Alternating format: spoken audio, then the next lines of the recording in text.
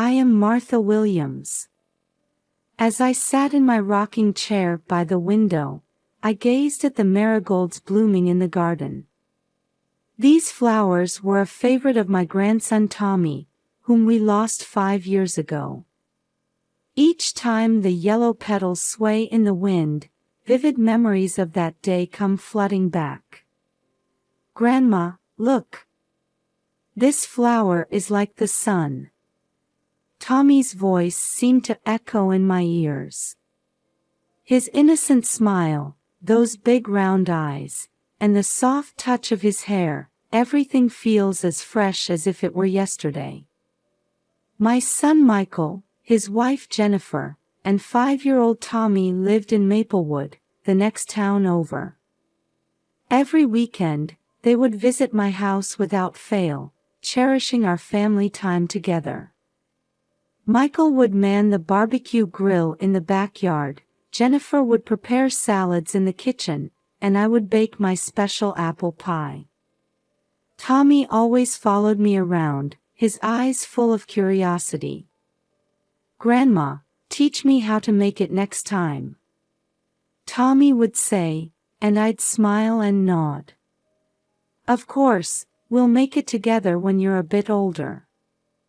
Those happy days changed completely after that day. On July 15, 2018, Michael and Tommy went on a father-son hiking trip to Delaware Water Gap National Recreation Area in New Jersey, but they never returned. At first, we thought they had just gotten lost. Their car was found in the trailhead parking lot, and rangers and local police began searching. Jennifer and I visited the ranger station almost daily. They'll be fine, I kept telling Jennifer with a trembling voice. But deep down, anxiety was swirling. On the 4th day of the search, news came that the search had been temporarily suspended due to bad weather. That night, Jennifer and I prayed together at the local St. Joseph's Church. God, please keep them safe, our prayers echoed in the quiet church. However, as days passed, hope gradually faded. The search area expanded, even using helicopters and drones, but no trace of Michael and Tommy was found. 2 weeks after the search began, the rangers' report to us was the worst possible outcome. I'm sorry. We found Michael's wallet and part of Tommy's stuffed animal in a deep ravine. Given the weather conditions and terrain in this area, the rangers' words trailed off. I felt my world silently crumbling. Jennifer collapsed in my arms. The next few days felt like a nightmare. The police officially ended the search, declaring Michael and Tommy missing, presumed dead. Although no bodies were found, the circumstantial evidence led to the conclusion that survival was extremely unlikely. On the day of the memorial service, St. Joseph's Church was filled with people. On the altar were smiling photos of Michael and Tommy, along with the recovered belongings. I stood before the altar, dressed in black mourning clothes. Jennifer trembled beside me. Why did you leave us behind? Tears wouldn't stop. Jennifer clung to me, crying out loud. At that moment, we were strongly bonded together. As those left behind, we had no choice but to support each other. After the memorial service, Jennifer was about to return to her parents' home, but I stopped her. Stay here. You're my daughter now. She nodded tearfully. From then on, we began a new life, healing each other's wounds. In the days of grief, Jennifer's presence was my only solace. Sometimes, I would wake up in the middle of the night and sneak into Tommy's room. There, his mementos remained untouched. I would sit on the bed, holding his favorite Winnie the Pooh book. I could still feel the warmth of when I used to read it to Tommy.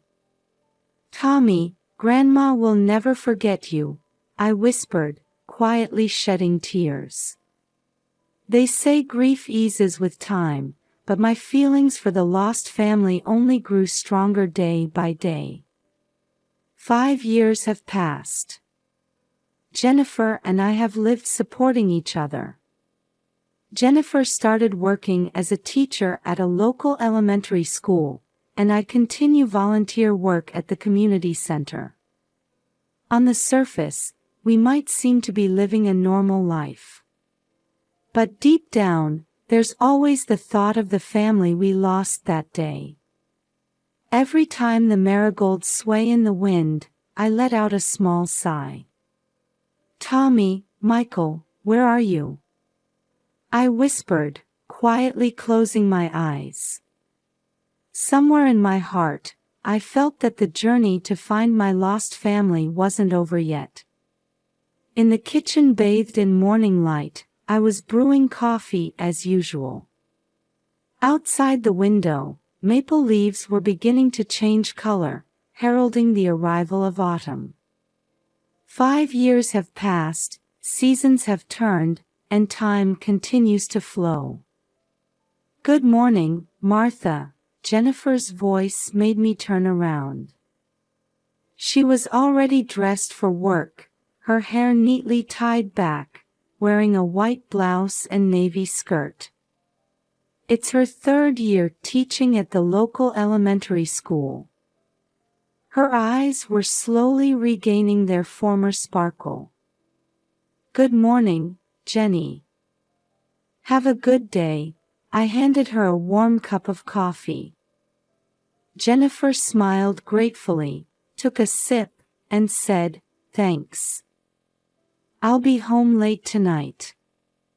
There's a PTA meeting." "I understand. I'll leave dinner in the fridge for you." After Jennifer left, I checked my schedule for the day. Tuesday is volunteer day at the local food bank. Distributing food to impoverished families and the elderly has given me a sense of purpose. At the food bank, I spent a busy day as usual. Sorting food, distributing it, and chatting with visitors. Especially when I see young mothers with children, I tend to engage in long conversations. I can't help but see Tommy's face in theirs. "Thank you for your help today, Mrs. Williams," Jeanette, the supervisor, called out to me. "No, thank you. I'll be back on Thursday." When I returned home, the sun was already setting. I took a shower and had a simple dinner. Then, as usual, I sat on the living room sofa and turned on the TV. As I was flipping through channels, a local news program caught my eye. "Today, we bring you coverage of the Autumn Charity Festival held at Maplewood Community Park," the announcer's voice flowed. The screen showed a bustling park scene. Stalls lined up, and children were running around. I found myself smiling unconsciously. If Tommy were here, he would surely have been happy to participate, I thought, feeling a tightness in my chest. Just then, the camera focused on one boy. The most popular attraction at this year's festival was this shooting game. A 10-year-old boy brilliantly won the grand prize. My heart started beating rapidly. The boy on the screen looked exactly like Tommy. The same shaped eyes, the same smile. And then, "It can't be." The moment the boy unconsciously touched his left ear, I gasped. It was Tommy's habit. Since he was little, he always touched his left ear when he was nervous or excited. Tommy. I had spoken out loud without realizing it. My head was spinning, and my heart was pounding. Was this just a coincidence, or? The TV sound faded into the background. My vision blurred slightly, and my breathing became shallow. I tried desperately to calm myself down. Stay calm, Martha. Stay calm. I took deep breaths repeatedly, gradually regaining my composure. However, deep inside, a violent wave was swirling. Hope and anxiety, joy and fear. Conflicting emotions were surging. I picked up my smartphone and, with trembling fingers, called Jennifer. Jenny, we need to talk when you get back. What's wrong? Martha, your voice is shaking. It's okay. Just, let's talk when you get home. After hanging up, I stared at the TV screen once more. The program had already moved on to another topic, but I couldn't get the image of that boy out of my head. If it really was Tommy. Just thinking about that possibility made my chest ache. But at the same time, a small flame of hope lit up in my heart. For 5 years, Jennifer and I had been seeking the truth.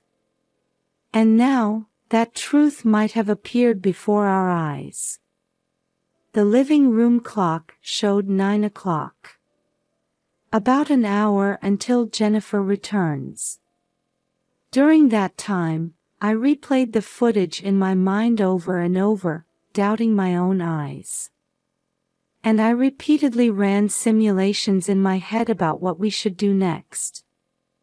Outside the window, stars were beginning to twinkle in the night sky. I prayed quietly. God, if it really is Tommy, please guide us. Jennifer returned home just after 10 p.m. As she entered the doorway, looking tired, I called out to her quietly. Jenny, sit down. We need to talk. Seeing my expression, Jennifer immediately tensed up. After she sat on the living room sofa, I explained in detail about the TV program I had seen last night. About the boy who looked just like Tommy, and his characteristic gesture of touching his ear. Martha. Jennifer's voice was shaking. Do you really think it's Tommy? I don't know. But I think it's worth exploring the possibility. That night, we talked until late. Amidst a mix of anger, sadness, and anticipation for a reunion, we discussed how to face this situation. We should think about Tommy, I said quietly. What's best for him? Jennifer nodded, wiping away tears. Yes, you're right. But I can't forgive Michael. I understand, I put my arm around her shoulders. But meeting Tommy is our first priority. The next morning, we began preparing for our trip to New Hampshire. As we packed clothes into our suitcases, various emotions washed over us. Filling in the 5-year gap won't be easy. But we have no choice but to move forward, step by step. Outside the window, the autumn sunlight was shining brightly. Like the beginning of a new season, our lives were about to enter a new chapter. Amidst a mix of anxiety and anticipation, we took a deep breath, preparing for the journey ahead. A cold autumn wind greeted us as we arrived in the small town in New Hampshire. Trees with changing leaves colored the streets, creating a peaceful atmosphere. However, my and Jennifer's hearts were filled with tension over what was about to unfold. Following Sarah Morrison's instructions, we decided to wait at a town cafe first. Sipping coffee while looking out onto the street through the window. And then, at the promised time, we saw them coming. Michael looked a bit older, but it was definitely him. The woman named Sarah walked beside him, and then, it was Tommy. At 10 years old, he looked different from the 5-year-old in my memory, but the shape of his eyes and the way he walked were undoubtedly his. I heard Jennifer gasp. Tommy. As they entered the cafe, I felt as if the air had frozen. Michael stopped in his tracks when he saw us, his face changing color. Mom. Jenny. His voice was trembling. Tommy looked confused, standing as if hiding behind Michael. I stood up and slowly approached them. Michael, you owe us an explanation. As tension mounted, we sat down at the table. Sarah Morrison was also present, watching over the situation. Michael took a deep sigh and began to speak. I'm sorry. I'll explain everything. He talked about his debts and gambling addiction, his affair with Sarah, and his decision to start a new life. But I couldn't leave Tommy behind. Jennifer was shaking with anger. You ruined our lives. We cried every day for 5 years. Tommy looked confused, alternately looking at the faces of his parents. Michael bowed his head.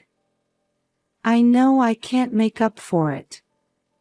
But... I interrupted him. Tommy, do you remember me? I'm your grandma.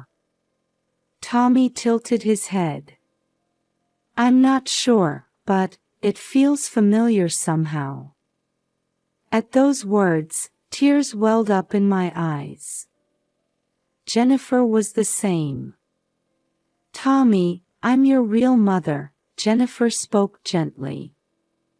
Confusion and curiosity flickered in Tommy's eyes. Sarah quietly spoke up. Tommy, for the past 5 years, we've been lying to you. But that was wrong. You have the right to know the truth. Over the next few hours, we talked, shedding tears and anger, and gradually seeking a path to reconciliation. Tommy seemed to be slowly regaining memories of his real family. I remember Grandma's apple pie. Tommy suddenly said. My heart leaped. Michael and Sarah acknowledged the gravity of their actions and showed their readiness to take legal responsibility. We'll turn ourselves into the police.